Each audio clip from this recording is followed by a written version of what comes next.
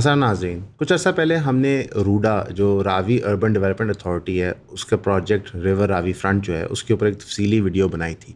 उसके ecological problems, वो किस प्रॉब्लम को जो वाटर टेबल पाकिस्तान लाहौर में गिर रहा है उसको एड्रेस करने के लिए बना है और किस तरह के वो प्रोजेक्ट के अंदर फ्लॉज और प्रॉब्लम्स एग्जिस्ट करते हैं।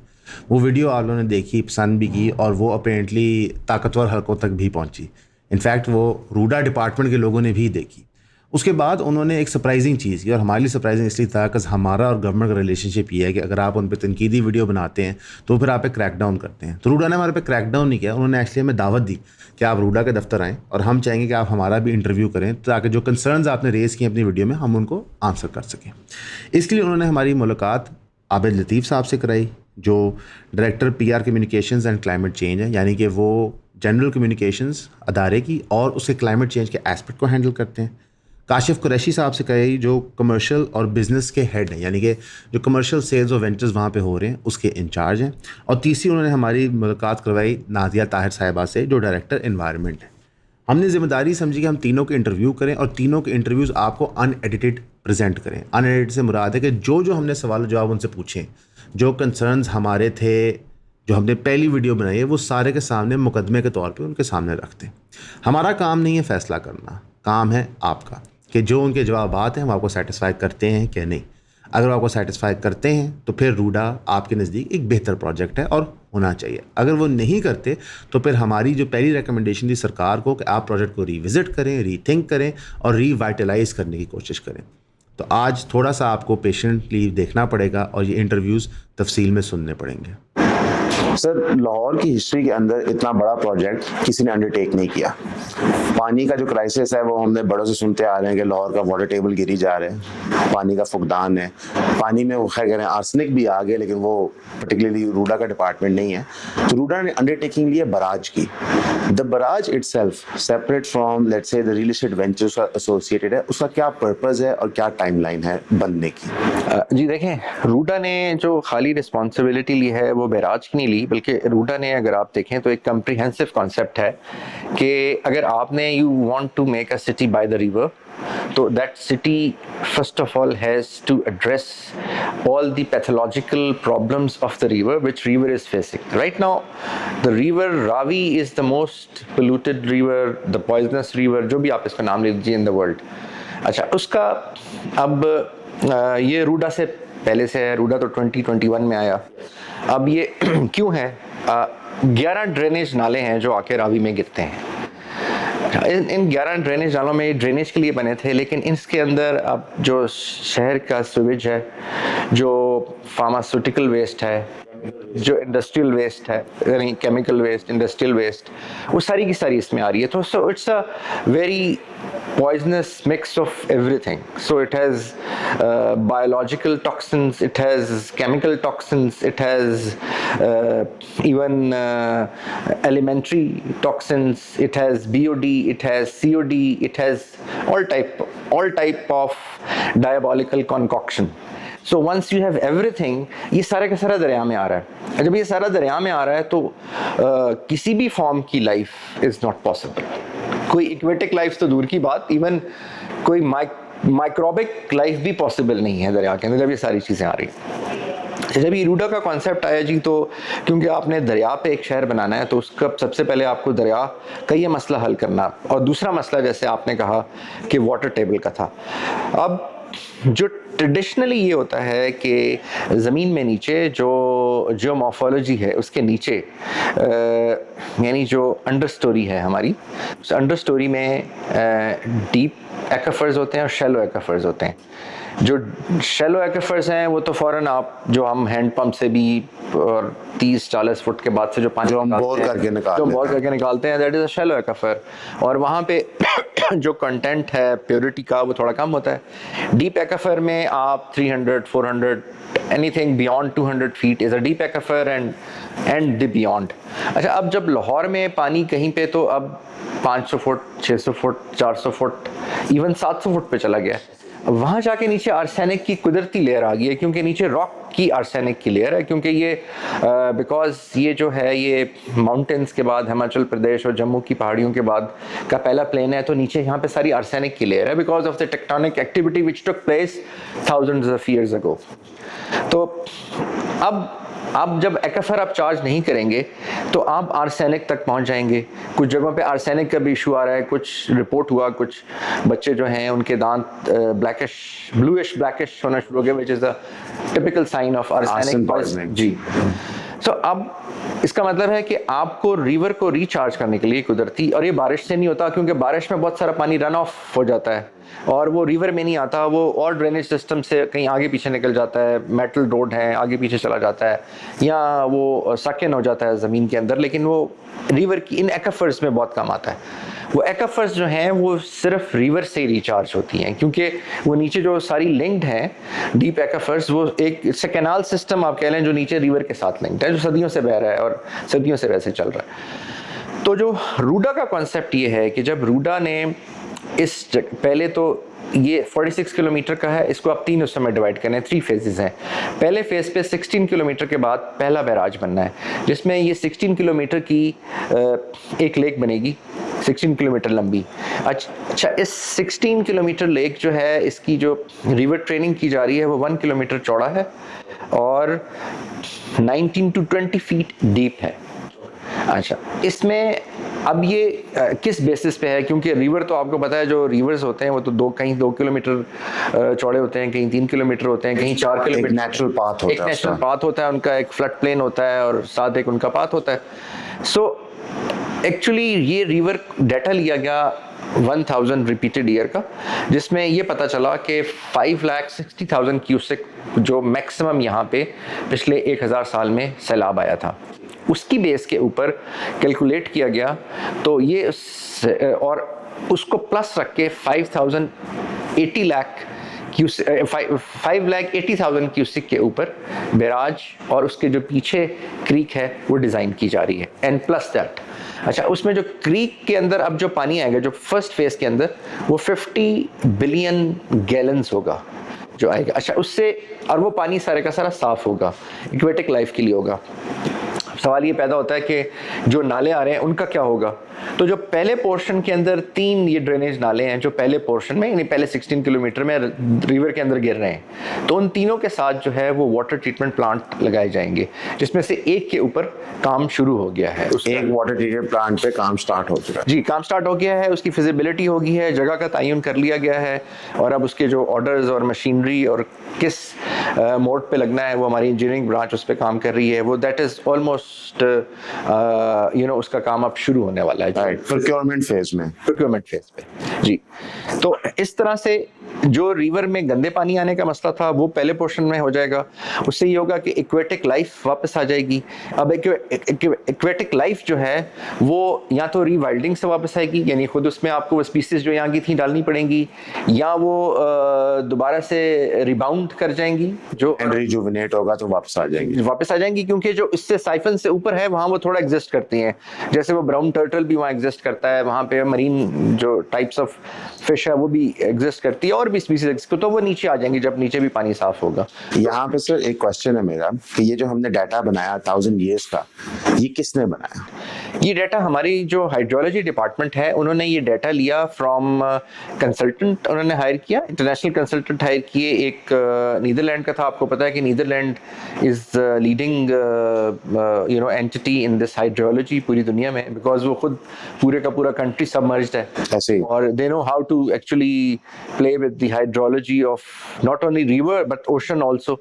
तो एक हमारे वो कंसल्टेंट हैं, एक लोकल कंसल्टेंट है, नेस्पाक हैं, तो इन सब ने जो है हमारा डाटा उसकी बेस पे ये, और ये सारे जो हमारा EPA है उससे अप्रूव था। जी, EPA से अप्रूव है, हमारा ये पूरा प्रोजेक्ट EPA से अप्रूव है। नहीं, मैं कह रहा हूँ कि बिकॉज EPA की एक लिस्ट होती है जी, companies that you can hire for assessments of projects. जी जी जी बिल्कुल, उनसे अप्रूव है। नेस्पाक उनके साथ काम करता है, और वो बाकी भी इवन इंटरनेशनल कंसल्टेंट जो है उसका भी डाटा हमने सारा EPA से शेयर किया। ओके, ठीक है। तो यानी कि EPA ने गो अहेड दिया है कि जो आउटकम्स हैं बराज बनने के वो ओवरऑल पॉजिटिव है। जी, मेरा ये सवाल है सर कि हमने मंगला की बारी और तरबेला की बारी डिस्प्लेसमेंट देखी थी और उस डिस्प्लेसमेंट के फिर हमने कई किस्से कहानियां सुनते रहे, वो डॉक्यूमेंट भी हुए। इस केस में जो वहां पे फार्म लैंड है, क्योंकि रूडा का जो कुल साइज है वो लगभग 1 लाख एकड़ प्लस है। It is not just the barrage surrounding सारा एरिया। जब हम इतने लार्ज स्केल पे एग्री लैंड को खत्म करेंगे और उसको रेलिवेंटली दोबारा प्रोड्यूस नहीं करेंगे कहीं पे भी, तो उससे क्या अफेक्ट आएगा लाहौर शहर के ऊपर? ये एक देखें एक मिसनॉमर है। पहले तो ये मैंने आपको बताया कि क्रीक जो बन रही है, जो मेन रिवर जहाँ से फ्लो कर रहा है वो 1 किलोमीटर की है। अच्छा, जो रिवर है वो कहीं 3 किलोमीटर है। मैं इस वक्त फ्लड बैंक को डाल के बात कर रहा हूँ, बीच में डाल के, जो कभी फ्लड बैंक होता था, अभी वो फ्लड प्लेन नहीं है। नहीं, अभी तो रिवर अपनी वैसे नेचुरल, इस वक्त तो रिवर 100 मीटर पे या 200 मीटर पे बह रहा है, स्क्वीज हो गया है। अच्छा, अब ये इंडस वाटर ट्रीटी और इंडिया से पानी नहीं आ रहा है एंड ऑल दैट, वो सब जब मीन मंथ्स होते हैं तब वो पानी आता है उसमें। अच्छा, अब जब ये जो क्रीक है, मैंने आपको बताया ना, वो कैलकुलेशंस के मुताबिक जब रिवर 3 किलोमीटर का था तो जितना उसमें मैक्सिमम फ्लड आया उससे ज्यादा की कैलकुलेशन 1 किलोमीटर में कर ली गई है, क्योंकि रिवर का जो डेप्थ थी, जो जनरली डेप्थ है वो एवरेज 4 to 5 मीटर है, 4 to 5 फीट है। तो कहीं पे मैं फ्लड प्लेन की बात कर रहा हूँ। जब वो स्वेल कर जाता है, पानी आता है, तो थोड़ा जो इसकी बीच वाला एरिया वहाँ पे ज्यादा हो जाता है और बाकी जो उसकी है वहाँ पे ऐसे बॉल शेप में होता है, बॉल शेप, तो वो सेंटर के अंदर थोड़ा डेप्थ हो जाती है, साइडों पे जो है ना जी। तो आप उसको कैलकुलेट करते हुए जो मैं क्रीक बता रहा हूँ 1 किलोमीटर की, वो 20 फीट है। सो उस सारों को मैयर करके कि कितना अमाउंट ऑफ वाटर जो 4 किलोमीटर में आया था, जो मैक्सिमम सैलाब आया था, वो अगर 1 किलोमीटर में आएगा तो उसके लिए कितना एरिया चाहिए, तो वो सरफेस एरिया उन 20 फीट में निकाल के वो कैलकुलेट अगेन हमारे हाइड्रोलॉजी कवर कर लिया। अच्छा, अब जो डिस्प्लेसमेंट की जहाँ तक बात है, देखिए मंगला और तरबेला तो बना था, वो एक बाउल में बना था 80 किलोमीटर का। जैसे मैं मंगला की बात करूँगा, 80 किलोमीटर से ज़्यादा का एक बाउल था, उसके अंदर कोई अबाउट 1000-2000 गाँव थे, लोग वहाँ पे रह रहे थे और आपके पास कोई और ऑप्शन नहीं थी कि आप उसको क्या करें, तो आपने वहाँ से डिस्प्लेसमेंट हुई, नेशनल नेसेसिटी थी। अच्छा, यहाँ पे ये है कि यहाँ पे जो फ्लड प्लेन है, आप जाके देख लें, यहाँ पे फ्लड प्लेन के अंदर लोग बहुत कम रह रहे हैं, लेकिन वो खेती बाड़ी करते हैं।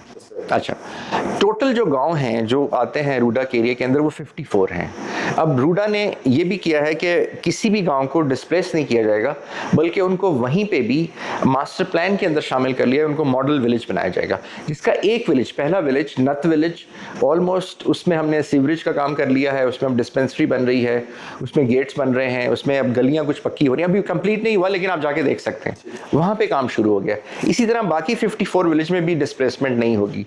अगर कोई थोड़ी डिस्प्लेसमेंट होगी तो वो बैराज से आगे होगी, जो कि शादरा का इलाका है, क्योंकि शादरा के ऊपर थ्रू इंक्रोचमेंट और इलीगल आप कह लीजिए कि हाउसिंग प्रोजेक्ट, जो कि अब बिल्कुल जिन्होंने दरिया का रास्ता कंस्ट्रक्ट कर दिया, वो उस स्टेज पे होगी, तो वो फिर state machinery and through legal means and वो सारा उसको खाली कराना पड़ेगा। ओके, तो वैसे अगर एक हमें नंबर देना हो, because overall main stream news media में नंबर्स की स्पेकुलेशन होती है, what is the number of people in your opinion जो एक्चुअली डिस्प्लेस होंगे, गिव और टेक?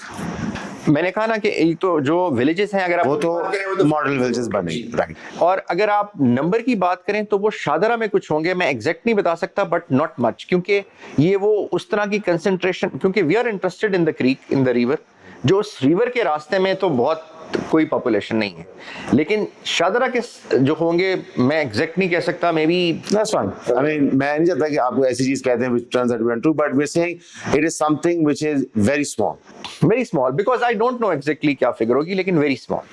इसके साथ साथ जो 1,10,000 तकरीबन एकड़ पे हाउसिंग प्रोजेक्ट्स प्लान्ड हैं, which are going to finance all of this, because ये this plan is very good, it is necessary, I don't think इस पे कोई dispute या बहस है, but उसको हम करेंगे कैसे, because मुल्क में वैसे ही पैसों का फुकदान रहता है। अच्छा, क्योंकि फाइनेंस वाला आपको मैं वैसे दे सकता हूँ, आपको काशिफ साहब से, I understand, वो उनसे होगा लगा सवाल। The question here is कि अगर 1,10,000 एकड़ पे प्रोजेक्ट्स बन जाते हैं in the next 20-25 years, this is a 30-year project, तो जो हम फार्म लैंड यहाँ से लूज करेंगे, जिस तरह हमने पूरे लाहौर शहर में देखा कि एक मैस अर्बनाइजेशन हुई अनप्लान्ड, कंटिन्यूस फार्म लैंड का लॉस हुआ, हुआ, उसके जो क्लाइमेट के पॉइंट ऑफ व्यू से इफेक्ट्स आए इज स्मॉग जो हम फेस कर रहे हैं करंटली। इट इज़ हमारी जो टेम्परेचर राइज हो गया सिटी सेंटर्स के अंदर because of these massive buildings that we making. तो रूडा के 1 लाख एकड़ ऐड होने से जो 4,40,000 एकड़ का लाहौर शहर है वो मजीद क्लाइमेट चेंज के दलदल में नहीं फंस जाएगा? अच्छा देखें, सबसे पहली बात, let's take it bit by bit. पहले आपने कहा कि जो एग्रीकल्चर लैंड है वो मतलब उसका एग्रीकल्चर पे इफेक्ट पड़ेगा। देखें, पाकिस्तान में इस वक्त 8 करोड़ एकड़ लैंड है जो एरेबल लैंड है जिस पे एग्रीकल्चर होती है, ठीक है। अच्छा, जो शहर हैं वो इसका 2.5% है, 2.5% शहर और उसकी जो सराउंडिंग है।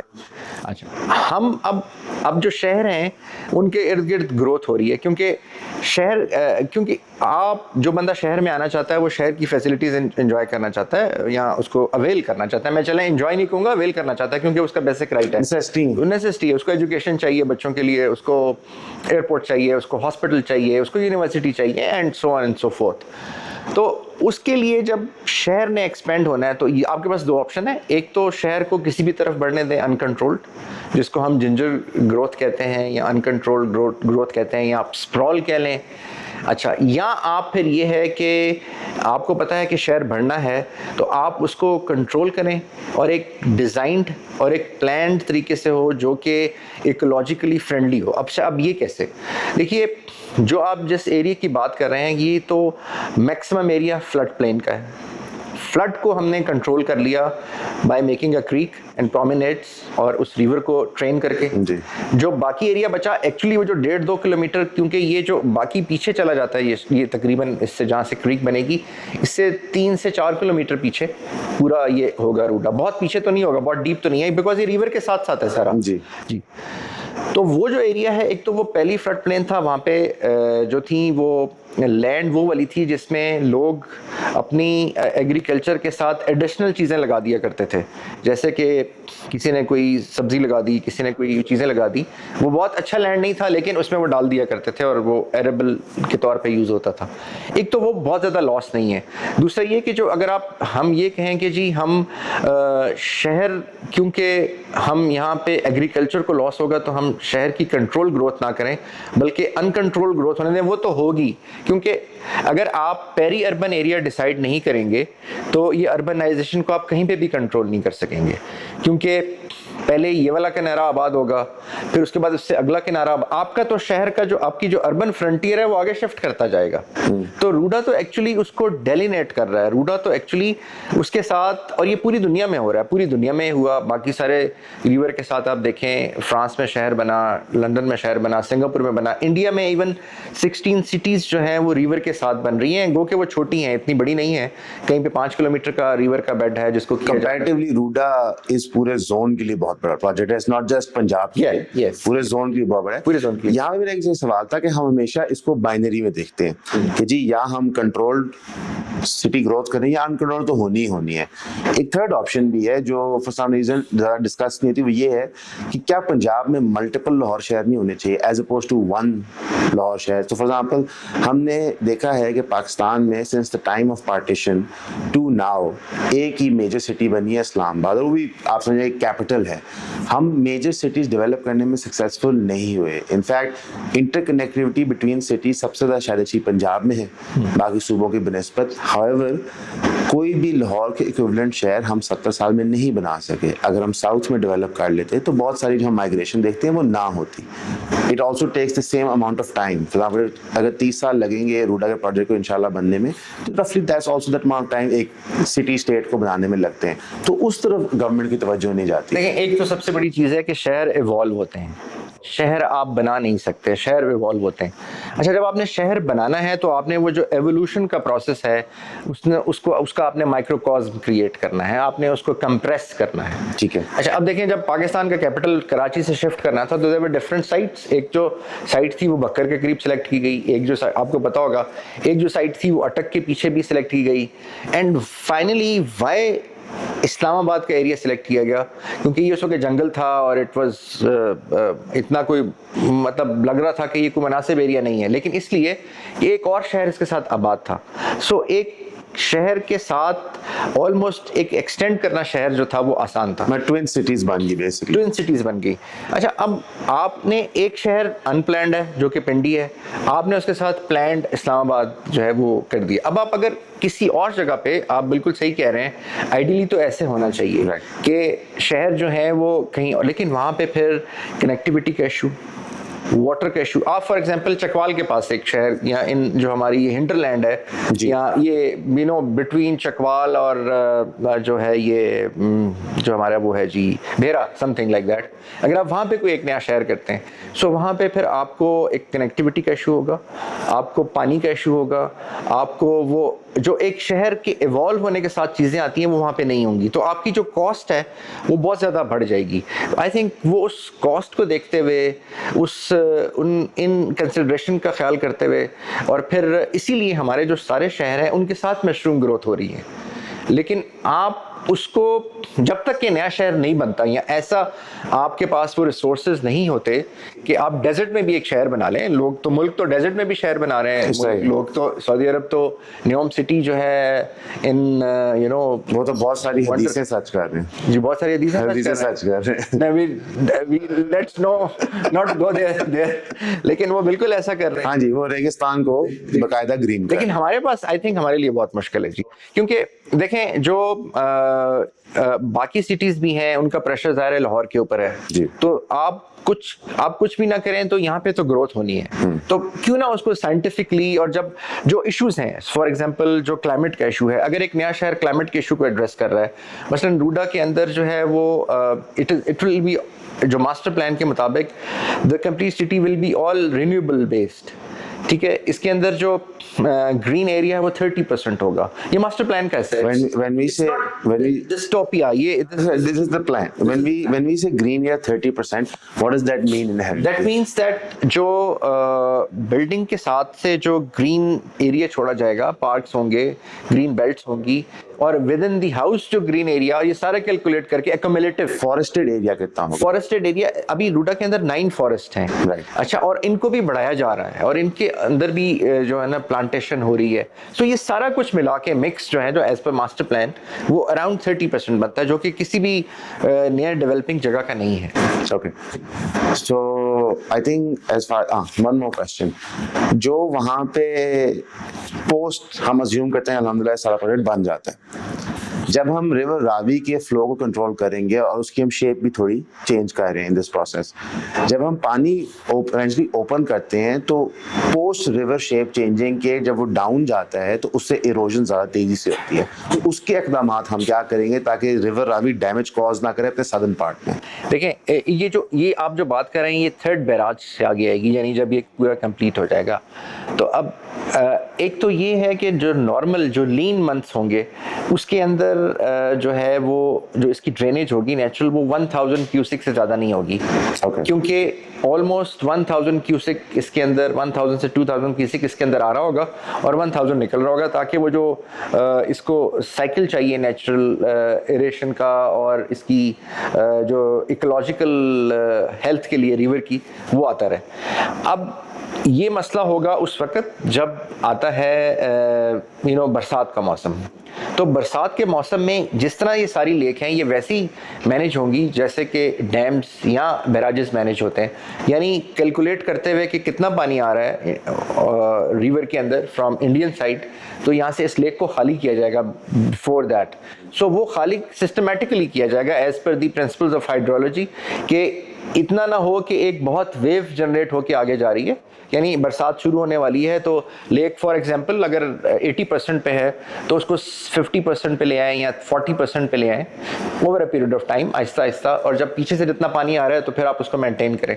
सो आई थिंक वो जो हाइड्रोलॉजी के प्रिंसिपल्स हैं उनको अडॉप्ट किया जाएगा। रूडा की पूरा जो प्रोजेक्ट बन रहा है और हम ऑलरेडी डिस्कस कर चुके हैं वो कितना क्रिटिकल है, नेसेसरी है एनवायरनमेंट के लिए, लाहौर के वाटर टेबल के लिए, पर उसकी कॉस्ट क्या है इस सारे प्रोजेक्ट की? See, I've been here almost 5 years. जब हम इनिशियल हमने प्रोजेक्शंस की थी तो it was around $20 billion. But as it actually grown and things have actually widened, and obviously the escalation factor comes in, inflation factor comes in, dollar parity and all that. Today, if I was to be very honest, it actually has grown up to $40 billion actually around that. That's the kind of money we're looking at eventually. This is the cost in terms of the barrages, the river settlement, surrounding में जितनी development और government work हो. That's the financial outlook of the whole project. Financial outlook से क्या मतलब है? होता क्या है कि ये टर्म अखबारों में हर जगह इस्तेमाल होती है, लेकिन आम बंदे को उसका समझ नहीं आ रही होती. देखिए ना, होता ये है कि आपने सिंपल सा काम है, आपने रिवर बनाना है. रिवर का एक बेड है आज के दिन में, उसकी एक विड्थ है, उसकी एक ट्रीटमेंट है, उसकी सारी जो भी डेवलपमेंट है, 377 किलोमीटर के रोड्स हैं, वेस्ट वाटर ट्रीटमेंट प्लांट्स हैं, तो ये आपकी कॉस्ट ट्रीट होगी. बट इसको बनाने के लिए पैसे चाहिए आपको. तो financial outlook is all about whatever money you require, whatever money you are obviously in return you are intending to get. So that's the general outlook of the financial outlook. इतना हमें चाहिए, इतना हम कमाएंगे, और साथ ही establishment charges, आपके जो कॉस्ट होती है, हमारे employee x number of employee, उनकी कॉस्ट है, एडमिनिस्ट्रेटिव कॉस्ट है, ऑफिसेज चल रहे हैं, तो वो फिर ओवरऑल फाइनेंशियल आउटलुक का पूरा एक कंपोनेंट्स बन जाते हैं, जिसको P&L कह लीजिए इन सिंपल टर्म्स में आप. तो रफली 40 billion inflation adjusted from the time of beginning to now हमारा फाइनेंशियल आउटलुक बन चुका है अभी तक जी. इसमें से प्रॉफिट इंक्लूड करके जितनी हमारी कॉस्टिंग वगैरह करके ये वो रकम है जो हमने कितनी देर में इकट्ठी करनी है. It's a 10 years horizon. In 10 years we have to collect, so roughly 4 billion a year. 4 billion, yes, but शुरू में कंजर्वेटिव होता है, because obviously डेवलपमेंट जैसे बढ़ती जाती है ना, तो it builds on Money that. base picks up. Similarly, अगर आपकी जो इन्वेस्टमेंट्स जो आपने बुक की हुई हैं, वो ईयर ऑन ईयर बुक होती हैं और वो ग्रेजुएट करती हैं, तो ऑब्वियसली पहले ईयर में जो होगा वो दूसरे ईयर में उसको ग्रो करेगा. मैं मिसाल देता हूँ, हमने अगर पिछले साल उसको मैं कंपेयर करूँ जो मैंने अर्निंग की है, उससे मैंने साल 81% ग्रो किया है. तो पिछले साल ज़्यादा कम होगा तो 81% ग्रो किया ना, इसी तरह अगले सालों में ऑब्वियसली वो फर्दर ग्रो करेगा. ये पहला प्रोजेक्ट नहीं है जहाँ पे एक सरकारी अथॉरिटी ने प्राइवेट पार्टीज के साथ इन टर्म्स ऑफ फाइनेंस कलूड किया है. जो हमारा प्रीवियस वेंचर्स रहे हैं वो इतने सक्सेसफुल नहीं रहे. हमने लाहौर शहर के अंदर की बात करें तो हमने LDA सिटी का देखा, जो प्राइवेट लैंड प्रोवाइडर्स थे, LDA के साथ मिलकर उन्होंने एक सिटी बनाई थी जो आज तक डिलीवरेबल्स नहीं दे पाई. रूडा पार्टनर्स कैसे चुनती है और किस किस हेड या मद में चुनती है? हमारे प्राइमरीली ना 6 मॉडल्स हैं. उसमें revenue bring in and revenue obviously are 3, और बाकी फिर डिफरेंट उसके अलावा मिसलेनियस. सबसे पहला हमारा पब्लिक प्राइवेट पार्टनरशिप है, जो हमारा मेजर रेवेन्यू का जो एक इनटेक आना है, उधर से आना है. उसकी फिर फर्दर आर्टरीज हैं, उसमें JVs भी होती हैं, JVs में फिर रेवेन्यू शेयर होता है, इन्वेंट्री शेयर होता है, उसके लेग्स हैं. उसके अलावा फिर आपकी फ्रेंचाइज है, अगर कोई ग्लोबल पार्क आता है, इंटरनेशनल थीम पार्क आता है, वो फ्रेंचाइज यूनिवर्सिटी आती है. लीज है, लीज का ऑप्शन होता है. कंसेशन हम कहते हैं 99 ईयर्स की, जिस तरह कंटोनमेंट्स में होती है, कंटोनमेंट्स में होता है कंसेशन है. ये सारे पब्लिक प्राइवेट पार्टनरशिप में फिर कोई हमारे पास हॉस्पिटल आ जाए, कोई यूनिवर्सिटी आ जाए, JV आ जाए, इंस्टीट्यूशंस आ जाए, वो इंस्टीट्यूशनलाइज होती है, वो भी PPP के मदने में आती है. रेवेन्यू शेयर हम उसमें करते हैं, और वो अम्ब्रेला उसके बाद PPP की होती है. That's the first one. Second, हमारे पास इस एरिया में ये 1,40,000 एकड़ अगर है, इसमें रूडा के आने से पहले भी कुछ कॉलोनीज होंगी या कुछ एरियाज होंगे, उसको हम एक सर्टन नाम देते हैं इनफिल जोन्स. इनफिल वो है जहाँ पे कुछ स्लम्स थे, कुछ कॉलोनीज थी, कुछ इंफ्रास्ट्रक्चर होगा, कुछ स्कूल बने होंगे, कोई कॉलोनी अप्रूवल के लिए सिस्टम में पड़ी होगी LDAs के पास या TMS के पास. जब रूडा बन गया तो सब हमारे पास आ गए, पर उनके पास इंफ्रास्ट्रक्चर कुछ भी नहीं था. उनके पास कोई रोड मैप नहीं था कि मास्टर प्लान क्या होगा, उनको इंफ्रास्ट्रक्चर कहाँ से मिलेगा, बिजली कहाँ से मिलेगी, पानी कहाँ से मिलेगा. तो we brought them under the umbrella and told them to get the proper approval, come under the regulations of Ruda, or do the master planning in consonance to the Ruda master plan and all that. और हम आपसे एक certain fees charge करेंगे, आपको infrastructure provide करेंगे, तो that's number stream number 2, जिससे हमें पैसा आएगा और हम उनको support करेंगे. जिसमें actually क्या कहते हैं, पार्क व्यू जो है वो फॉल करता है. Park is one of the example. ये हो गया. फिर हमारा हमने एक फाइनेंशियल इंस्ट्रूमेंट क्रिएट किया है इंटरनेशनल इन्वेस्टर्स के लिए और लोकल इन्वेस्टर्स के लिए भी, जो कि थोड़ा सा स्टॉक मार्केट को टच करते हैं. रीट कहते हैं इसको, रियल एस्टेट इन्वेस्टमेंट ट्रस्ट. वो बेसिकली उसमें आपके पास कुछ टैक्स हेवन्स मिल जाते हैं आपको, और प्लस स्टॉक एक्सचेंज में लिस्ट करते हैं, तो आप IPO बेस्ड इन्वेस्टमेंट्स कराते हैं, जिसमें आप लिक्विडेट भी कर सकते हैं फंड्स को। उसमें अगेन रेवेन्यू शेयर हो सकता है, मेरा एक सर्टेन शेयर मेरा होगा, एक सर्टेन शेयर इन्वेस्टर का होगा, और या कोई एसेट्स हमारे पास है, कुछ प्रॉपर्टीज हैं, कोई बिल्डिंग्स हैं, हम रीट में ले जाएं, पब्लिक से भी पैसा हम उसमें इकट्ठा कर सकते हैं, और उनको हम अकॉर्डिंगली उनके जो डिविडेंड्स हैं वो डिस्पोज करते चले जाते हैं। That's number 3। नंबर 4 हमारा है STZA, स्पेशल टेक्नोलॉजी जोन। ये एक अथॉरिटी है इस्लामाबाद में जो टेक्नोलॉजी बेस्ड इंटरवेंशन है, जो हमारे प्रोजेक्ट्स हैं उसमें 2 हमें लेवरेजेस मेजर्स देते हैं। वो सबसे पहले हमें वो टैक्स हेवन्स देते हैं 10 साल के लिए, और सेकंड सबसे इंपॉर्टेंट होता है जब मैं इंटरनेशनल इन्वेस्टर लाना चाहूँ तो उसके लिए उनका सबसे बड़ी जो क्लेम होती है, रिक्वायरमेंट होती है कि वो चाहते हैं कि आपका जो कैश बैक है, जो उनका जो प्रॉफिट है वो रिपैट्रिएट हो सके। वो स्टेट बैंक के बहुत गवर्निंग लॉज हैं, बहुत स्ट्रिंजेंट हैं, 4 से 5 साल लग जाते हैं। उसमें हमने एक एक्सेप्शन ली हुई STZA के लिए। तो उसमें ये क्या होता है, ये फेडरल एक्सेप्शन है। हाँ, वो एक एग्जाम्पशन है, जो लोग STZA से रेगुलेटेड है, अप्रूव्ड है, वो उसको एग्जाम्पशन वो स्टेट बैंक गवर्निंग लॉस में दे देती है, और वो 90% अपना प्रॉफिट वापस ले जा सकते हैं फ्रॉम द डे फर्स्ट। वो एक वो है। तो ये 4 मेजर इंस्ट्रूमेंट है जो फाइनेंशियल इंस्ट्रूमेंट जिसके तहत हम काम कर रहे हैं। फिर हम कार्बन क्रेडिट्स पे हमने काम किया, महमूद बूटी का एक हमने प्रोजेक्ट शायद आपके नॉलेज में होगा, उसमें हम कार्बन क्रेडिट्स क्लेम कर रहे हैं। We have invested around 3 billion on that, and we intend 3 billion PKR. Yes. and we intend to get 2.2 billion per year on year for next 20 years time. So that's a very good, basically we call it a documentary भी BBC में आई थी। कचरे को हमने पैसा कर दिया, but पूरा माहौल दोस्त कर दिया, क्योंकि वहाँ पे पहले वो मीथेन गैस भी निकलती थी और पूरा बुरा हाल था। So we have done that alhamdulillah, और we have invested our own money from that. So ये रूडा's money. रूडा ने खुद जनरेट किया। बिल्कुल। तो ये आपका 5वां है, कार्बन क्रेडिट्स वगैरह। फिर मिसलेनियस आपके जो फीसेस है, ऑक्ट्राइज है, चार्जेस है, कुछ फाइन्स होते If I हैं। could ask, without क्या कहते हैं, So these are the 6 major. understood. If I could ask, which one is the mechanism जिससे सबसे ज्यादा पैसे आ रहे हैं? Public private partnership. Public private partnership. And the तासुर ये है, and this is the claim that we also made in our video, that this is a real estate gamble. Okay. The claim that we made was कि आप तकरीबन 1,10,20,000 एकड़ आबाद करने जा रहे हैं with the next 30 years. Lahore शहर का 1/4 बनता है तकरीबन, हम 4,40,000 पे लाहौर शहर खड़े हैं। अब 1/4 रियल एस्टेट प्रोजेक्ट्स की क्या रिक्वायरमेंट है या नहीं, इसके लिए what departments did you guys work with? And a follow-up question to that is, why remove that ambit from LDA and give it to RUDA?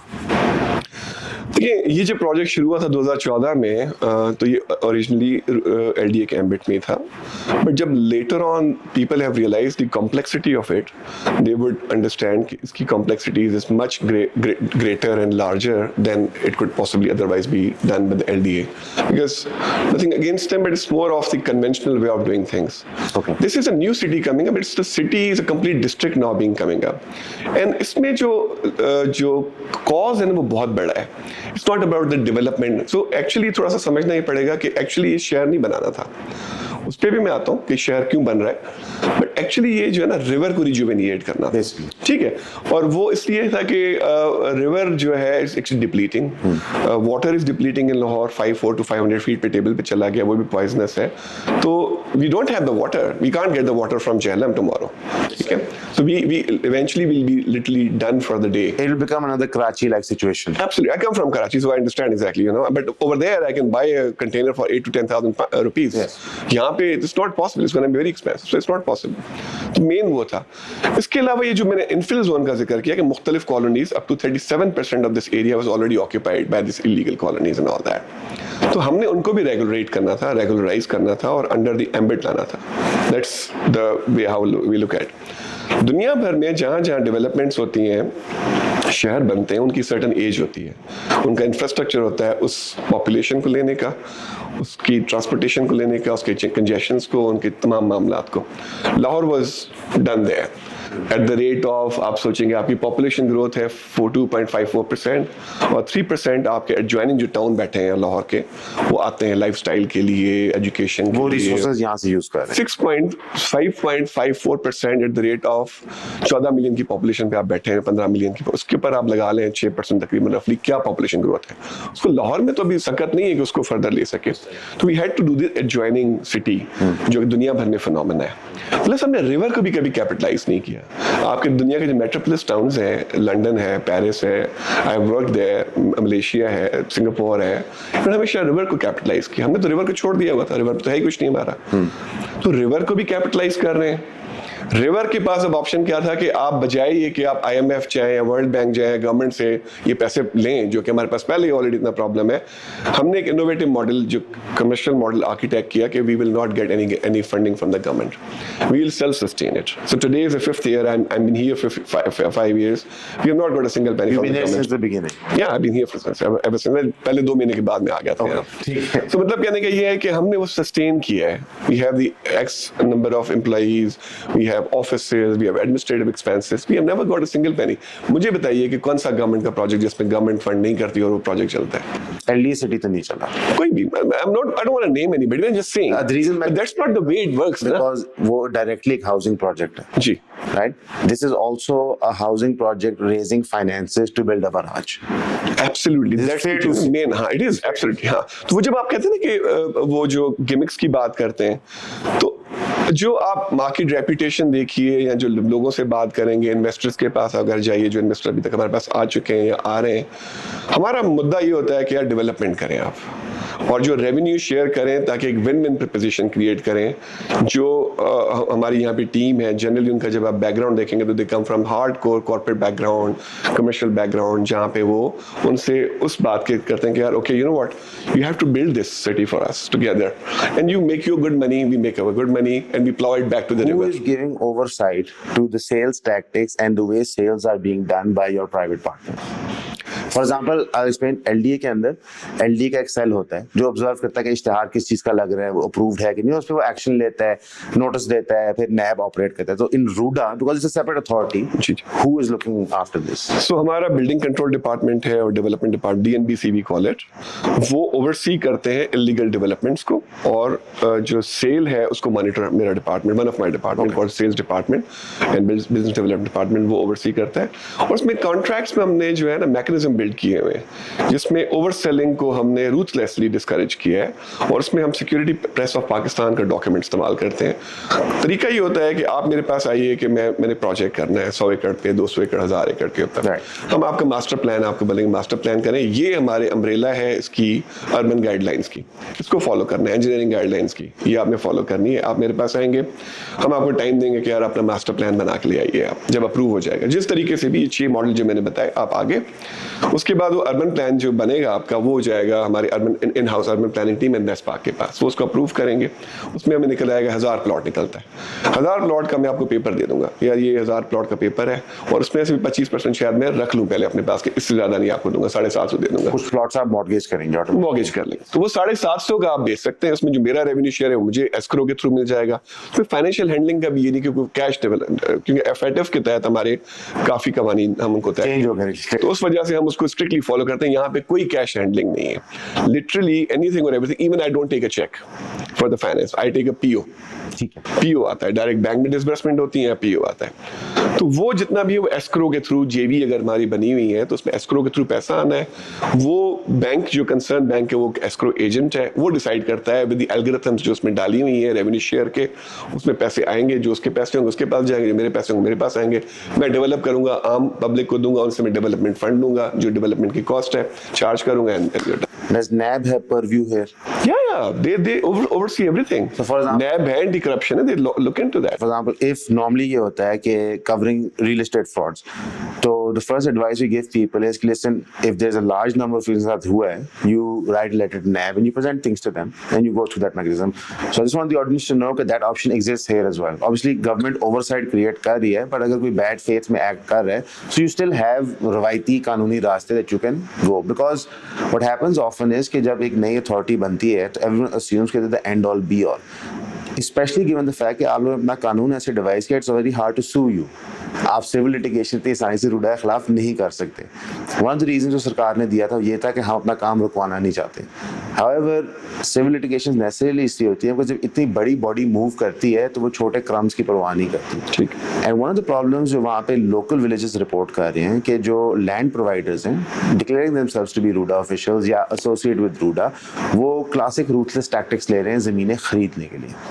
अब इसके ऊपर is this something RUDA can do they recognise this problem, because छोटे level पे वो लोग अपने एहतजाज वहाँ रिकॉर्ड भी करवाते हैं। देखिए इसका थोड़ा सा आंसर इस तरह से होगा, 2-3 प्रॉन्ग है। एक तो जब आप नैब की या जो इस तरह की जो भी एजेंसीज हैं उनकी बात करते हैं, they have an oversight on us and they completely work in collaboration. In fact they recognise a lot of policies we have done. This one of example, even court actually recognise that this is a great thing you have done. जो मैंने आपको भी बताया press वाली जो तो वो हमने उनके साथ हम कोलैबोरेट में। In fact I have recall from my past, जब पहला प्रोजेक्ट में सैफायर वे किया था तो मैंने पहले नैब को भेजा था कि यार तुम देख लो जो आपने देखना है इसके अंदर, because we had nothing to hide. It was very open bidding. 16 company आई, ग्लोबल कंपनीज, बड़ी कंपनीज आई, सऊदीज आए, you know, so there was a complete oversight on that. वो एक तो एलिमेंट है। फिर हमारे जो लैंड प्रोवाइडर हैं वो रजिस्टर्ड हैं और उनका बहुत ही रिगरस प्रोसेस होता है। पूरी RFP होती है, उसमें उनके फाइनेंशियल कैश फ्लोज होना ज़रूरी है, पूरा एक स्ट्रिंजेंट प्रोसेस है। उसके तहत वो आते हैं। वेबसाइट पे अभी अगर आप खोलेंगे तो 12 के 12 के नाम लिखे हुए हैं। अब अगर 13वें आप हैं और आप चले गए किसी के पास, मेरे पास 1,40,000 एकड़ पे मेरे पास पेयर ऑफ आईज नहीं है कि मैं आपको उस गाँव वाले को बोलूँगा यार आपको ना एंटरटेन करें। वो खराबियों का अंदेशा होता है, बट इवेंचुअली चूंकि सेक्शन 4 या 5 लगा हुआ है तो वो ट्रांसफर नहीं हो सकती जब तक हम उसको ऑथराइज नहीं करेंगे।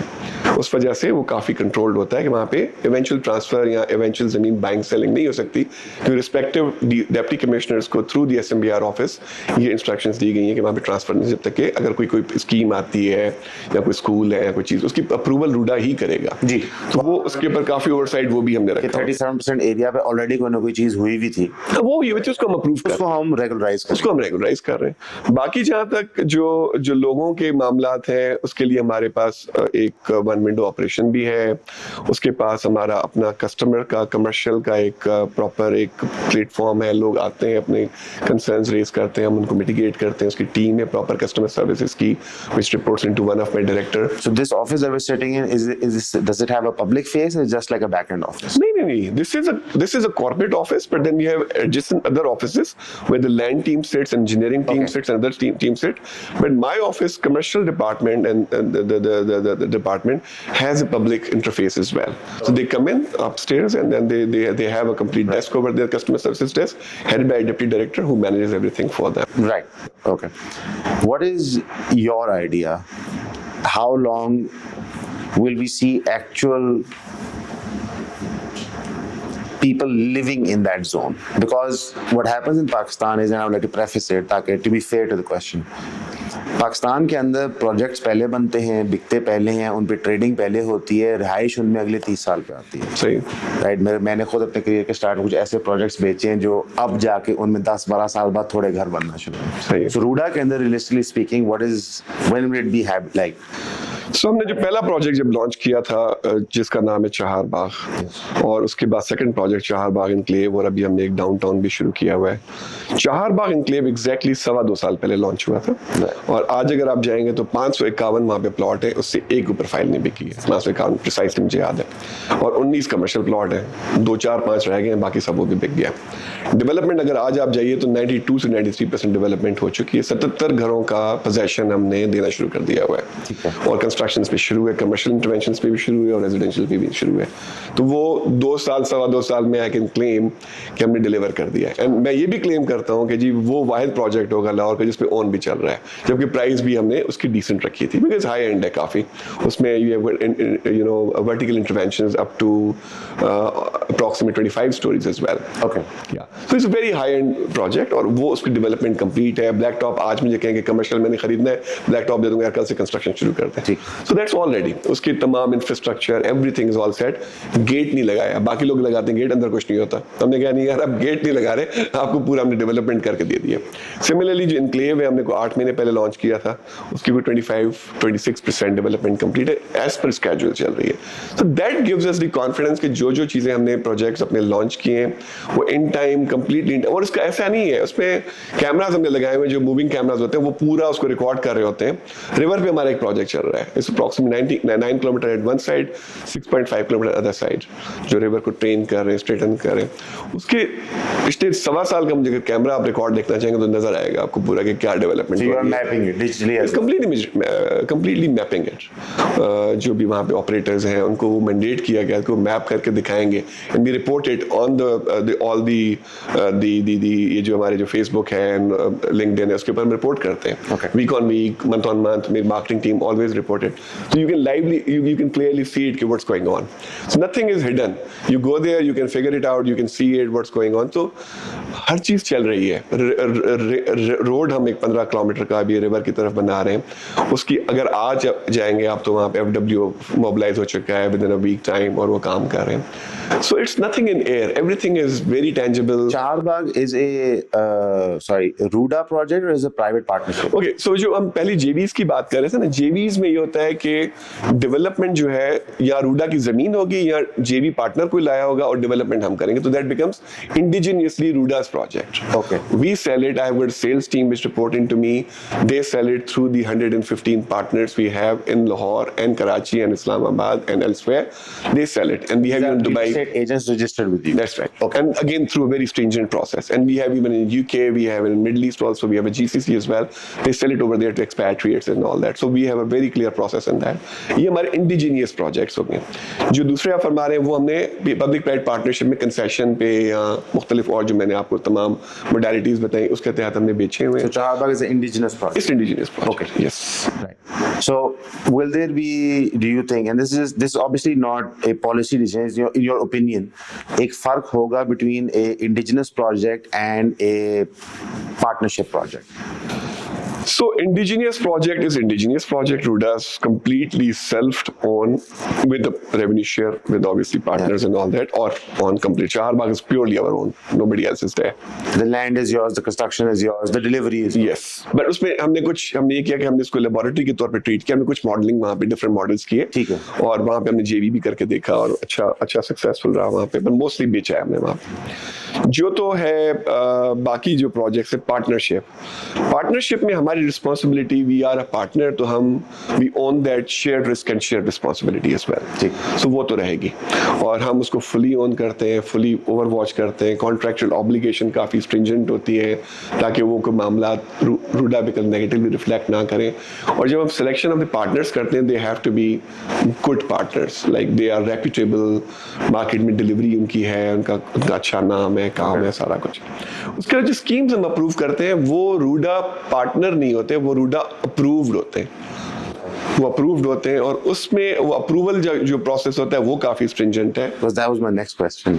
या सो अप्रूव्ड होते हैं, और वो हम अप्रूव करके उनके ऊपर जो कानून लागू करते हैं वो क्लोज टू वो सुपरविजन या ओवर सुपरविजन होती है, वो हम करते हैं। पार्टनरशिप में होता है कि आपके पास इंडिपेंडेंट इंजीनियर भी होता है, इंडिपेंडेंट ऑडिटर्स भी होते हैं, और फिर आपके पास ये बाकी ओवर वॉच भी होते हैं जो आपकी अपनी होती है। फॉर एग्जांपल 37% इंक्रोचमेंट थी इन द रिवर जोन, जो फिर रूडा अप्रूव भी होंगे, इसमें जरूर नहीं इंक्रोचमेंट हो, कई लोग ने LDA ने अप्रूव भी शायद कराए हो, नहीं, जब रूडा के एम्बिट में आ गए ना, LDA में अप्रूव नहीं होते थे वो, तो ये पूरा जोन जो था, रिवर क्या कहते हैं कि ये रिवर रावी जोन था, इसमें आप कोई भी लीगल सेटलमेंट नहीं करते थे। हाँ, बाय खामोशी और एक पाकिस्तानी कल्चर के मुताबिक हेयर एंड देयर करके आप कर रहे थे system. So for example RUDA ने रेगुलराइज किया है, द बिगेस्ट रेगुलराइजेशन जो हुई है वो प्रॉब्ली हुई होगी पार्क व्यू की। Park view in that sense के इफ पार्क व्यू अपने NOC पे एक्सटेंशन करता है और पीछे जमीन खरीदी जाता है, will it have to follow the RUDA master plan? नहीं, अगर for example has to follow the master plan of course, but जो भी एक्सटेंशन वो करेगा वो पहले अप्लाई करके अप्रूव कराएगा। ओके, अप्रूव कराएगा तो आगे चलेगा, वरना फिर हम ओवर वॉच करते दे हैं। Will make you a partner in it. नहीं, इसमें पार्टनरिंग का कॉन्सेप्ट नहीं है, उसमें है, हम उसको कहते हैं TPID। Okay. वो बेसिकली ट्रंक इंफ्रास्ट्रक्चर की जो है ना पेमेंट्स हमें देता है, वो X अमाउंट है X रिवर और X अमाउंट Y अमाउंट है ऑन द रिवर। जो ऑन रिवर है उसमें प्रीमियम हम चार्ज करते हैं, और जो X रिवर है उसकी एक रिलेटिवली लेसर कॉस्ट है। Okay. वो पर सेलेबल कैनाल होती है, और वो हम 3 से 4 साल या जो भी उनके साथ मुआहदा होता है उस पर तय करते हैं, वो हमसे लेते हैं। जिस चीज का वो टेक्निकल अप्रूवल ले चुकते हैं और उसमें जमीन उनके पास होती है, ठीक है। हम इंश्योर करते हैं कि जमीन उनके पास X% मौजूद 100 है, एकड़ मौजूद है, उसके ऊपर बनता उस पे वो करेगा, मास्टर प्लान भी उसी का अप्रूव होगा। और ये जो पैसे आप चार्ज करते हैं for basically infrastructure development around the project. जी, उसमें हम बेसिकली उसको ट्रंक कहते हैं। ट्रंक इंफ्रास्ट्रक्चर में बिजली, पानी, गैस का जो ट्रंक है, इंफ्रास्ट्रक्चर का जो एक्सेस रोड है, कोई मोटरवेज की कनेक्शन है, तो वो हम सारे उनको 7 के करीब Is there a possibility that by this mechanism and what I would say this back door, eventually most of this land will not be either indigenous to Ruda projects or in a partnership capacity, but actually people will just end up paying you money to build the infrastructure and build the riverfront, and most of the revenue will be taken by private corporations? देखिए RUDA as a regulator, Yes. हमारा मुतमईन नज़र है river को develop करना है, और हमारे पास मुख्तलिफ जो रेवेन्यू स्ट्रीम्स हैं वो उसको एक पोर्टफोलियो डेवलपमेंट हमारे करना है।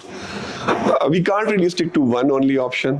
We'll have to have a varied That's why we options. have 6 options. That's the first thing you said. We have 6 options. Absolutely. तो वो आप अब रिस्ट्रिक्ट नहीं कर सकते कि वो ना करें और ये ना करें। वो डिपेंड करता है कि कहाँ पे हमें क्या एपिटाइट नजर आता है। एक जमीन जो हमारी है, जो कि रूडा ने अपने लिए एक फ्रेमवर्क करके रखी है कि रूडा ने खुद डेवलप करनी है, और यूजुअली वो पार्टनर्स के साथ पार्टनरशिप में जाते हैं, और वो पार्टनरशिप काफी डिसेंट नेगोशिएशन। एक one of the project I concluded last year was 2.5 year negotiation once we concluded that. तो वो बहुत ही deliberations होती हैं। ये वाले प्रोसेस थोड़े से relative terms पे आप कह लीजिए कि इनका चूंकि पार्टनरिंग का एसेंस नहीं, उनकी रिस्पॉन्सिबिलिटी उस पर्टिकुलर डेवलपर की ज्यादा होती है, शेयर्ड रिस्क का अपना कॉन्सेप्ट नहीं होता, बट ओवर वॉच रहता है उसके ऊपर कि ऐसा नहीं है कि 100 एकड़ की जमीन की अप्रूवल ली और 400 एकड़ का उसने माल बेच दिया। Same, but it's not the same level of overwatch जो indigenous या partnership program में होता है. To be fair, because as you explained, कि let's say 100 acres है in a partnership program and there's 1,000 plots in it. So we will give 750 के letters, 250 probably हम पास रखेंगे. But in that model, we would have to do the same thing जो LDA करता है, which sort of trust the developer not to cheat. And there's no way on earth to control that. आप किसी की बदनीति तो control नहीं, आप सही फरमा रहे हैं, बट देखिए उसमें मैं बताऊं ना कि आप इदारा तो इदारा वेरी करता है। And again, I won't be naming anybody, but see, if we have developed the credibility over the period of time, we would like to maintain it. Okay. A, B, we would like we have developed the credibility in the eyes of the government, the people, and all that. We would not want to lose that, because that's our essence, and that's what is giving us the credibility to sell it on X price versus the Y price. Okay. You know, if that makes sense. I said it a higher premium because course. you know we're a good brand और हम अच्छा Of course, अगर मैं एक charge करता हूँ, अगर fees charge करता हूँ X अमाउंट और somebody else is charging Y, मैं इसलिए चार्ज करता हूँ, मैंने credibility establish की है। चारबाग का क्लासिक एग्जांपल है, उस जमाने में one of the authorities was selling it for 2 lakh rupees. Pakistan की most premier authority was selling it for that amount. I said I'll actually charge more than that. He said, what are you talking about? It's not possible. I said I will do that. Coming from the background I come from, I had to believe in my product, and we actually did it. And today it's actually about 30% more than that. Increment भी लिए हैं. उसका reason है कि we developed the transparency and credibility into it, and eventually we got. What's the biggest problem right now that you face in terms of, because like if you ask me, I think any Pakistani, anyone that lives in Lahore, अल्लाह करे ये पैसे कल ही इकट्ठे हो जाए ताकि ये barrage जो है ये फौरी बन जाए, because ये critical environmental issue है, लोगों की जान दाव पे लगी हुई है. What is the number one hurdle that you guys face? I think हमारे पास जो illegal settlements हैं ना river में हुई है. I think to me, again that's not my direct subject, but as a development sector for 5 years now, 6 years actually I would say, with Sikh government also worked. उसमें हमारे पास जो शादरा के पास जो congestion आ रही है और वहाँ पे हमारे पास एक वो illegal development से within the river even, वो फिर हमारे यहाँ जो वो मामला लीगल मामला रिकॉर्ड्स थोड़ा सा लंबा हो जाता है, उसमें मुझे लगता है कि प्रॉब्लम आएगा या होगा. पर हमारा पहला जो रिवर है, जो पहला हमारा जो लेक है वो 16 किलोमीटर का वो वो एरिया है जी. तो हमारा ख्याल ये है कि हम इस मीन टाइम इसके ऊपर हम कुछ रीसेटलमेंट पॉलिसीज वगैरह पे काम कर रहे हैं ताकि लोगों को ईज आउट करें, मामला उनके बेहतर तो सेटल हो. मीन टाइम हमें 2 साल में तकरीबन हम ये वाला रिवर पूरा 16 किलोमीटर का बना लें और हमारे पास एक साइजेबल पानी 72,000 10,000 क्यूसेक रफली तकरीबन अगर आ जाता है, that's quite sizeable for the cultivation and the needs जो वी हैव, तो वो हम कर सकें। और उसके बाद इन द मीन टाइम ये सॉर्ट आउट करके हम इधर चलें।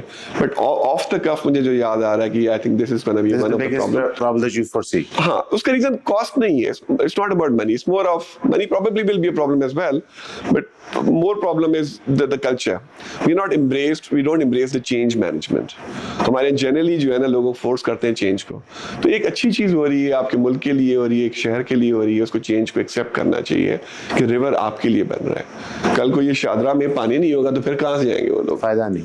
तो मतलब कहने का है कि अगर उन्होंने वो पूरा रिवर पकड़ा हुआ है तो ज़ाहिर है वो eventually of topic, why do you think हम चेंज को जल्दी एक्सेप्ट नहीं करते? we are not prone to change actually. Generally we are fear, like, because we don't much, it's my personal view, Yeah, this is nothing to do with Ruda. systems हमारे पास नहीं है. I have worked in 3 regions of in the world, and wherever I went, the first world countries to Southeast Asia to Middle East and all that, people are prone to change. They are happy to accept change provided system give them the assurance that this is for their betterment. But here unfortunately people don't really trust system so well. हमने जो बेहतर किया रूडा में वो ये किया है कि हमने 5 साल से एक बिजनेस कॉन्टिन्यूटी और एक पॉलिसीज की कंसिस्टेंसी दी है। तो लोग ट्रस्ट करते हैं कि यार यहाँ पे कल को ऐसा नहीं होगा कि कोई दूसरा बंदा आ जाएगा तो कल पॉलिसी कहानी कुछ और हो जाएगी। ये नहीं है। तो उस वजह से लोग ट्रस्ट भी करते हैं और आते हैं, काम करते हैं। जेवीज के लिए धड़ाधड़ एप्लीकेशन आती हैं, ये स्कीम्स के अप्रूवल्स के लिए धड़ाधड़ एप्लीकेशन आती हैं। तो वो उस वजह से है कि हमने एक ट्रांसपेरेंसी, एक ओवरऑल एक माहौल क्रिएट किया, इकोसिस्टम। मैं इसको डिटर नहीं करना चाहूँगा फजूल किस्म की हरकतों के साथ। तो वो आई थिंक अच्छा एक चल रहा है। चेंज मैनेजमेंट बाकी वैसे आई थिंक हमारा ये सब कॉन्टिनेंट का भी प्रॉब्लम है। And do you think that because this office is not set up like a typical government office, जी, and your background, other people's background is actually mostly corporate, correct. so do you think that affects the environment? Of course, because it's the way how we approach things. So, for example, if you are my sales partner, and if I don't pay you enough respect, and if I don't do the joint business planning with you to take you on board for doing whatever I have to do, then obviously you're not going to trust me. If I treat you ordinary, जिस तरह जो हमारे Normally agencies surprise में करते होता हैं, मैं उनको हर 3 महीने के बाद बुलाता हूँ, खाना खाते हैं साथ, plans discuss करते हैं, बताएं यार क्या करना चाहिए. So we take them, they become the owner of the project. They more of, and then once they make money, everybody wants that whole economic activity to happen for them to make money. So we create that win-win proposition with them. So they have that trust. तो आते हैं, काम करते हैं. तो वो एक जो approach है ना of एक customer, मैं सोचता हूँ कि मैं अगर यहाँ से यहाँ हलाल की कमाई कमा रहा हूँ, तो business तो ये लोग लेकर आ रहे हैं ना. अगर business नहीं लाएंगे तो ये तो काम नहीं चल सकेगा. और eventually जो भी आपका bigger picture है, river बनानी, वो तो ही बन सकेगी. तो ये इनको एहतराम देना बहुत ज़रूरी है. I think that's the foresight. हम तो बल्कि मैं तो ये एडवोकेट करता हूँ अपनी टीम्स के साथ कि जी इनके कस्टमर सर्विसेज के मॉड्यूल्स कराएं. आज मेरी टीम एक गई हुई है ट्रेनिंग करने के लिए finance for non finance. They are not the finance guys but they are learning that as well. So these are the kind of education and capacity building we continue to do that in them as well, invest in them so that they can become better resource to handle these people who are coming over here. 1 lakh एकड़ plus जगह जब urbanise होती है, वहाँ पे buildings बनती हैं, एक कंक्रीट जंगल बनता है. मतलब मैंने अपनी 33 साल ज़िंदगी में लाहौर को बाकायदा कंक्रीट जंगल बनते हुए देखा है. तो उससे जो हमारा हीट सिग्नेचर होता है वो इंक्रीज़ करता है और स्मॉग के लेवल्स अनबेरेबल तरीके में इंक्रीज़ करके. तो क्या ये सेंसिबल है कि एक नया इतना बड़ा कंक्रीट जंगल लाहौर के बिल्कुल साथ खड़ा कर दिया जाए? आपकी बात अगर साइंटिफिकली देखें तो बिल्कुल ठीक है, मगर अगर आप रूडा पॉइंट ऑफ व्यू से देखें कि जो हमारे मिटिगेशन मेजर्स हैं for in Vogue of planning और कंस्ट्रक्शन और उसका आगे जो इसके साथ हमारा ग्रीन कवर एसोसिएट कर रहा है, rather blue and green infrastructure. So उसके लिए ये है कि रूडा एक पूरी प्लानिंग के साथ एक नया शहर बनाने जा रहा है जिसके अंदर हमारा ग्रीन कवर बहुत ज़्यादा मैटर कर रहा है, क्योंकि वो जब फ्लक्चुएट करता है डिफरेंट सिटीज़ के अंदर या ड्यूरिंग कंस्ट्रक्शन ट्री कटिंग होती है या ग्रीन कवर डिक्रीज़ करता जाता है या हम उसको उसके साथ छेड़छाड़ करते हैं.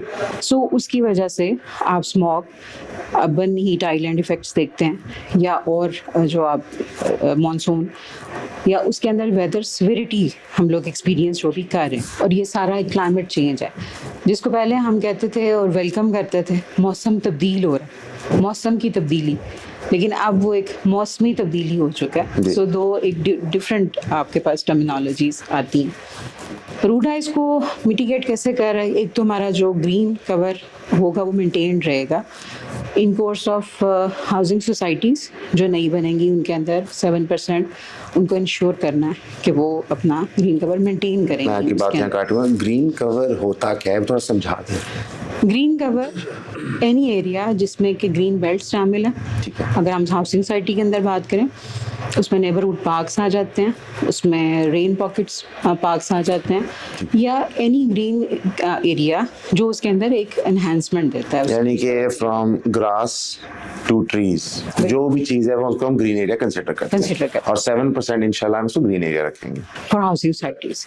इसी तरह रूडा एक्सटेंड करेगा इसको फ्रॉम 22 to 25% तो इंश्योर करेगा कि ये ग्रीन कवर मेंटेन रहे अदर देन हाउसिंग सोसाइटीज। हाँ जी, ओके। और उससे ज़्यादा फिर आगे जितना भी बन सकेगा उसको मज़ीद अर्बन प्लानिंग रिफाइन कर रहा है कि उसको मज़ीद एक्सटेंड किया जा सके।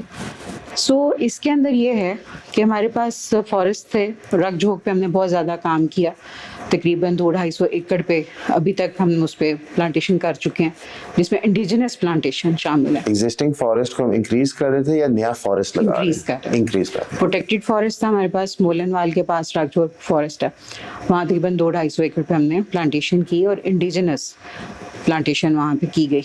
एक होता है कि आप एक्सोटिक प्लांट्स जिस तरह से आते हैं आप उनको एक्सपैंड करते हैं, और आप बगैर देखे कि वो आपके माहौल के साथ कितना उसका कॉग्निसेंस बनता है, कहीं सिंक्रोनाइजेशन बनती है।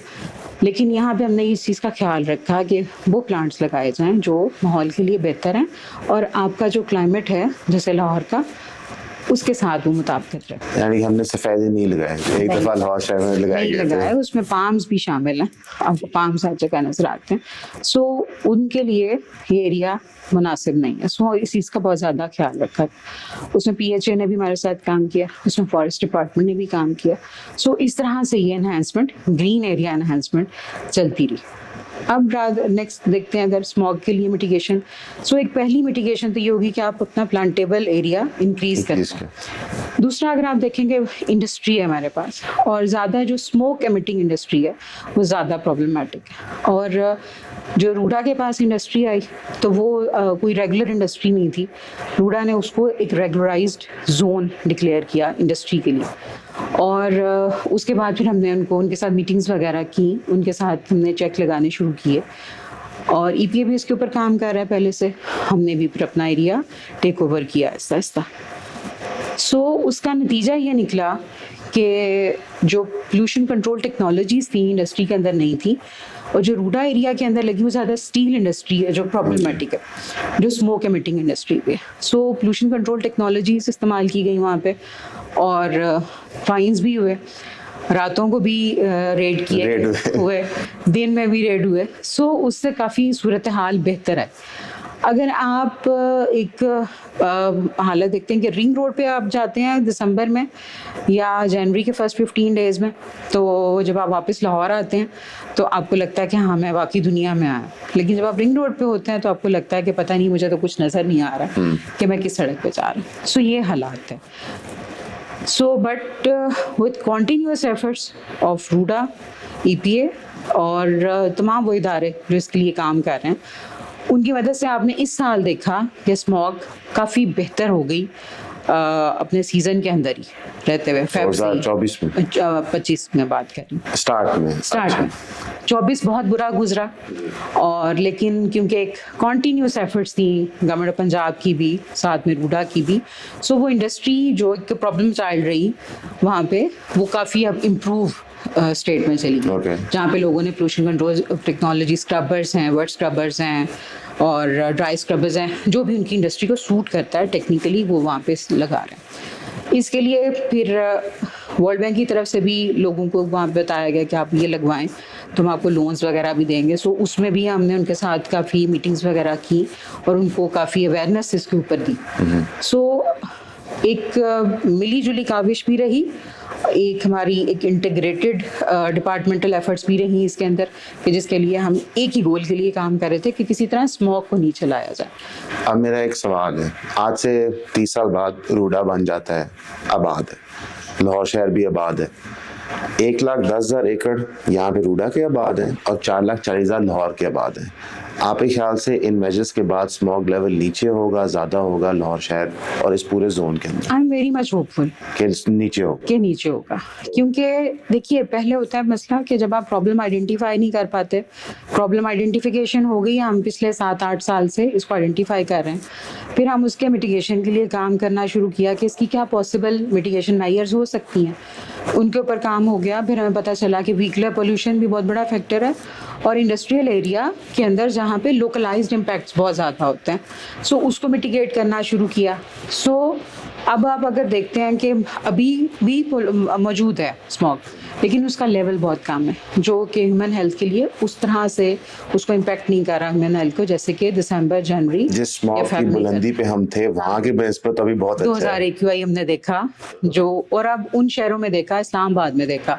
सो ये चीज़ें हैं कि जो हमें पहले उसको प्रॉब्लम आइडेंटिफिकेशन करनी है कि किस वजह से ये बढ़ रही है। पंजाब गवर्नमेंट के बकौल more than 80% of smog vehicles की वजह से। व्हीकल्स की वजह से आती है। जब आप 1,10,000 एकड़ को आबाद कर देंगे, लगभग वहाँ पे 50 से 60 लाख लोग आके रहेंगे, सब्सिक्वेंटली गाड़ियाँ चलेंगी, तो स्मॉग उस रफ्तार से डिक्रीज कैसे होगा?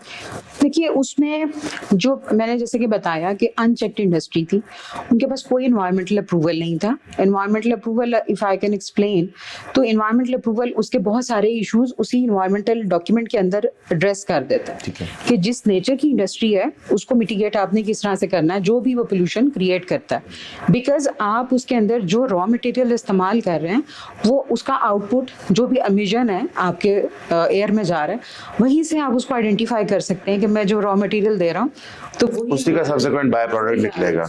ठीक हो गया। अब वहाँ पे जबकि टायर जलाते हैं आप, वहाँ पे आप प्लास्टिक जलाते हैं, वहाँ पे आपके पास जो आपके हाथ में आता है आप जलाते हैं, रबड़ के जूते जला देते हैं, कपड़े जला देते हैं, मतलब जो एनी काइंड ऑफ वेस्ट जो आप समझते हैं कि ये फ्यूल हो सकता है आप जला रहे हैं। हाँ, उसका लेटेंट हीट आपको लगता है कि वैल्यूज ज्यादा होगी तो आप उसको जला लेते हैं। सो आपको लगता है कि फर्नेस ऑयल की लेटेंट हीट कम है तो आप उसकी तरफ नहीं जाते, आप उस फ्यूल की तरफ जाते हैं, जिसको हम सब स्टैंडर्ड फ्यूल भी कह सकते हैं, जिसको हम प्रोहिबिटेड फ्यूल भी कह सकते हैं। रूडा ने बहुत ज़्यादा काम किया पायरोलिसिस प्लांट्स के ऊपर, जो पिछले 15 से 20 साल के अंदर लगाए गए और फिर बेतहाशा लगाए, और उनकी भी कोई एनवायरमेंटल अप्रूवल नहीं थी। सो उनको डिमोलिश भी किया गया, उनको शिफ्ट भी करवाया गया। सो जिस तरह भी हम उनको डील कर सकते थे उनको डील किया गया, और उनको इंडस्ट्री भी शिफ्ट करवाई गई कि अगर उनकी ज़मीन वहाँ पे मौजूद है, जी इंडस्ट्री टाइप। सो उन्होंने किसी और इंडस्ट्री को भी शिफ्ट कर लिया अपने साथ, और अपनी जगह क्योंकि उनकी मौजूद थी, सो पायरोलिसिस उन्होंने कहीं और भेज दिया या उसको पार्ट्स करके बेच दिया। सो ये मिटिगेशन मेजर्स के ज़ुमरे में आता गया कि एटलीस्ट वो जो एमिशन जा रहे हैं अनचेक्ड एयर के अंदर, और एक वो जो आपको एक पूरी ब्लैंकेट लेयर नज़र आती है लाहौर के एटमॉस्फेयर के ऊपर, वो काफ़ी हद तक आपको कम नज़र आती है।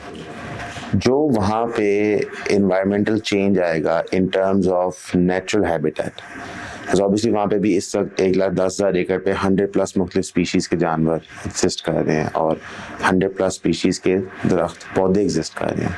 इतनी मैसिव इंफ्रास्ट्रक्चर डेवलपमेंट के बाद जाहिर है वो तबाह होंगे, उनको रिकवर करना भी शायद मुश्किल होता है। इसका जो डैमेज है हमारा, जो हिस्टोरिकली हम करते आए हैं कि हम अनप्लैन्ड अर्बनाइजेशन करते हैं और हम अपनी लोकल चीज़ों को डैमेज करना शुरू करते हैं, इसको रूडा कैसे मिटिगेट करेगा? देखिए अभी तो अगर आप पानी की बात करें, पानी साफ नहीं है रावी का, डाइंग रिवर इसको हम बार बार कह रहे हैं, इसको एक ड्रेन कह रहे हैं कि जहाँ पे रिवर शहरी इलाकों के पास से गुजर रहा है, वहाँ पे आप उसका अगर BOD लेवल या COD लेवल चेक करते हैं तो वो किसी भी एक्वाटिक लाइफ को सर्वाइव उसके अंदर वो नहीं कर सकती। सो इसलिए भी इसका ये चैनलाइजेशन भी ज़रूरी था, एक पार्ट हो गया। इसी तरह जब हम अगर डेवलपमेंट की बात करते हैं तो वहाँ पर अगर वहाँ पे पहले से कोई ट्रीज़ मौजूद हैं तो उसका एक पूरा प्रोसीजर है कि अगर कोई ट्री कटिंग होती है तो 1:10 रेशो हम प्लांटेशन उसकी करते हैं। और जो हमारे पास रख झोंक रहा और उसके ऊपर काम अभी चल भी रहा, सो वो एक कंपनसेटरी प्लांटेशन ही है कि लाहौर के गिर्द आपको एक बफर जोन दिया जाए कि जहाँ पे दरख्त लगाए जा सके और वो उस स्मॉग कंट्रोल करने में भी मदद करता ये है। जो आपने कहा है 1:10 का रेशियो, कितने दरख्त कटेंगे और कितने लगेंगे इस रेशियो के तहत? एक कटेगा तो 10 लगेंगे। नहीं, ओवरऑल स्केल में हम कितने स्पेकुलेट करते हैं दरख्त कटेंगे इस प्रोसेस में, या हमने अभी ऐसी मैपिंग नहीं की? अभी एक मुश्किल चीज़ है बिकॉज अगर आप प्रोजेक्ट वाइज देखते हैं तो प्रोजेक्ट वाइज उसमें अगर आप कोई एक सड़क बनाते हैं सो ये डिपेंड करता है कि सड़क कहाँ से गुजर रही है और वो किस बायोम में शामिल है। सो वहाँ पे देखना पड़ता है कि वहाँ पे कितने दरख्त हैं। लेकिन जो प्लांटेशन है वो कंपल्सरी है क्योंकि जो हमें एनओसी इशू होते हैं ईपीए की तरफ से वो भी इस चीज़ को रेगुलेट करता है कि प्लांटेशन लाजमी उसके अंदर हिस्सा करार दिया जाता है। एंड सेकेंडली उसका जो प्लांट हाइट है वो बहुत ज़्यादा मैटर करती है। अगर 6 to 7 फीट का प्लांट है तो वो जल्दी ग्रो करता है और उसका सर्वाइवल भी अच्छा होता है। सो वो जो हमें टाइम चाहिए 2 से 3 साल उसके बड़े होने के लिए तो हम पहले से ही ग्रोन अप ट्री या सैपलिंग लेकर लगाते हैं सो दैट कि वो जल्दी ग्रो अप हो जाए। उम्मीद है कि ये इंटरव्यूज़ आपको पसंद आए होंगे। ऑनेस्टली स्पीकिंग, कुछ जो कमर्शियल एस्पेक्ट के जवाबात थे वो तो मुझे काफ़ी हद तक समझ आए। उसके अंदर गवर्नमेंट की गारंटीज़ और सेफ्टीज़ एग्जिस्ट करती थी और ओवरसाइट बॉडीज़ काफ़ी तगड़ी थी। लेकिन उसमें फंडामेंटली प्रॉब्लम ये है कि अगर कोई प्राइवेट पार्टी वहाँ पे किसी रिलेशनशिप में आती है जहाँ पे वो रूडा को पार्टनर नहीं लेती, सिर्फ लैंड परचेज करती है, तो उस पर वही ओवरसाइट होगी जो एलडीए करता है। सॉर्ट ऑफ लाइक एक हैंडशेक डील होती है कि जनाब आप सच रिपोर्ट करेंगे और पोस्ट फैक्ट यानी कि कोई फ्रॉड या स्कैंडल होने के बाद रेट्रीब्यूटिव एक्शन लिया जाएगा। इनिशियली हमारी ये अजम्पशन थी कि हर प्रोजेक्ट को रूडा के अंदर एक जॉइंट अकाउंट खोलना पड़ेगा, लेकिन ऐसा नहीं है। हम चाहते हैं कि ये पॉलिसी हर किसी के लिए हो। मिसाल के तौर पे 100% ज़मीन भी आप लें, आप रूडा को सिर्फ प्लॉट्स मॉर्गेज ना करें जिस तरह आप एलडीए करते हैं, बल्कि आप जॉइंट अकाउंट खोलें रूडा के साथ और पेमेंट्स जो हैं वो उस अकाउंट के थ्रू डिस्पेंस हो। जिस तरह फॉर एग्जांपल इस वक्त डीएचए कर रहा है, अगर डीएचए में अगर आप कोई जेवी करते हैं जहाँ पे ज़मीन डीएचए की होती है, लैंड वो प्रोवाइड करते हैं, तो जॉइंट अकाउंट्स खोलते हैं। ये as a policy throughout हो जाना चाहिए, जिस हमने दुबई में देखा फाइनेंशियल क्रैश के बाद कि उन्होंने ये जॉइंट पॉलिसी बना ली। अगर हम इन्वायरमेंट और उसके क्लाइमेट चेंज के एस्पेक्ट्स की बात करें तो क्लाइमेट चेंज के पॉइंट ऑफ व्यू से जो दरख्त लग रहे हैं वो इनफ नहीं है। इनफैक्ट जो फ्लोरा और फौना वहाँ तबाह हो रहा है उसको रिप्लेस किया जा रहा है उस फ्लोरा और फौना से जो बकौल रूडा के लोकलाइज्ड है। लेकिन ऑन अ लार्ज स्केल इस दफ़ा जो हम क्लाइमेट चेंज के एस्पेक्ट्स देख रहे हैं शायद वो इतने इफेक्टिवली काउंटर अभी नहीं हो सकते, फ्यूचर में हो सके। जो रिवर के पॉइंट ऑफ व्यू से हमने सवालात किए थे उसके इकोलॉजिकल सर्वे में, उसमें अश्योरिटी दिलाई जाती है कि रिवर का बेड का पैटर्न चेंज नहीं किया जाएगा, यानी कि रिवर की डायरेक्शन चेंज नहीं की जाएगी, उसको तेज़ नहीं बनाया जाएगा, उसको बेंड नहीं किया जाएगा, ताकि लोअर लेवल लैंड्स को जो नीचे ज़मीनें आती हैं लाहौर शहर के वो अफेक्ट ना हो। हमारा काम है सवाल पूछना, वो सवाल हमने पूछे हैं। सरकार का काम है उन सवालों का जवाब देना, आपका काम है फैसला करना और देखना कि सच क्या है और सही क्या है। हमेशा की तरह आपका सुनने का शुक्रिया।